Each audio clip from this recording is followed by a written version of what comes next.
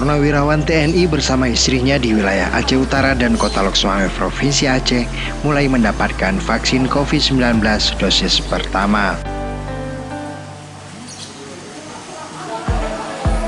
Vaksinasi berlangsung di Detasmen Kesehatan Wilayah Denkesia Iskandar Muda, Korem 011, Wilawangsa. Ketua Tim Pelaksana Vaksin COVID-19, Letu CKM Dr. Tommy Atmatirja mengatakan vaksin kali ini dikhususkan oleh para purnawirawan dan warakawuri serta seluruh masyarakat yang ada di Kota Lok Sumawe. Dr. Tommy menambahkan, kegiatan vaksinasi ini akan berlangsung selama 2 hari, sementara untuk target yang divaksin sebanyak 225 peserta untuk para purnawirawan dan warakawuri, namun jumlahnya bisa bertambah jika ada masyarakat yang ingin divaksin.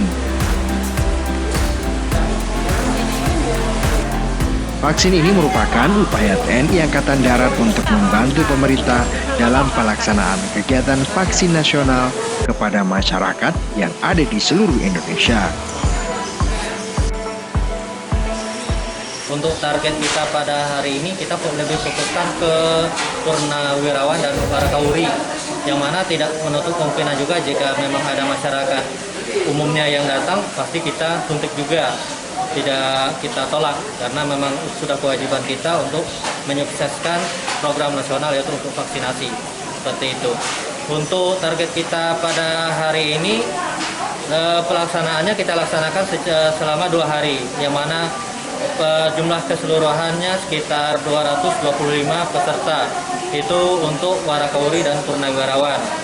Kalau memang nanti ada masyarakat umum yang datang, pasti jumlahnya akan bertambah seperti itu. Oh iya, kita mekanisme untuk himbauan karena kita instansi TNI, kita punya Babinsa, artinya TNI memang dikhususkan untuk langsung ke masyarakat. Jadi Babinsa itu sendiri yang sosialisasi langsung door to door biasanya, ataupun ke para ulama atau tokoh masyarakat, yang mana mereka menyampaikan kalau vaksin kita memang sudah aman, sudah teruji secara klinis untuk efek sampingnya.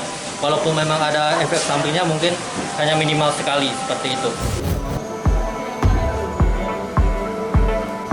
Untuk diketahui, sebelum dilakukan vaksin, para purnawirawan dan warakawuri diharuskan melewati semua tahapan pemeriksaan yang dilakukan oleh tenaga medis dan vaksinator.